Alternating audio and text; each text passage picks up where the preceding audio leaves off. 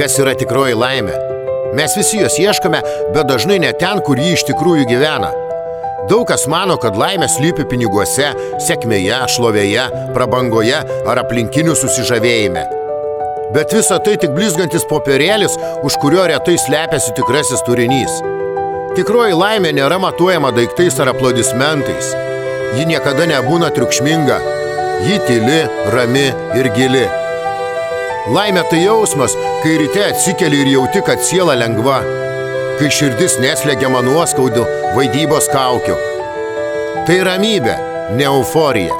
Tai buvimas savimi be baimės būti nesuprastam. Laimė, kai tu turi žmogų, su kuriuo gali tylėti ir vis tiek jausti suprastas. Kai žinai, kad šalia yra kažkas, kas mato ne tavo išorę, o vidų. Tikroji laimė dažniausiai pasirodo ten, kur jos niekas neieško.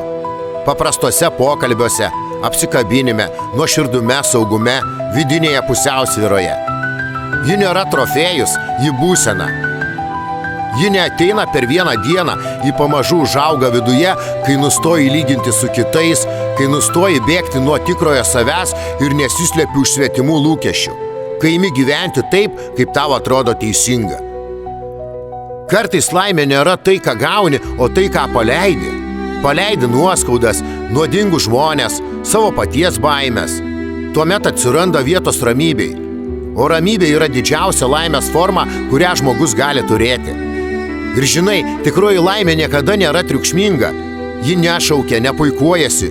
Ji tiesiog yra tyli, rami tavo viduje. Ir ją suranda ne tas, kuris bėga greičiausiai, o tas, kuris pagaliau sustoja ir išmoksta gyventi čia ir dabar. Real Dreams.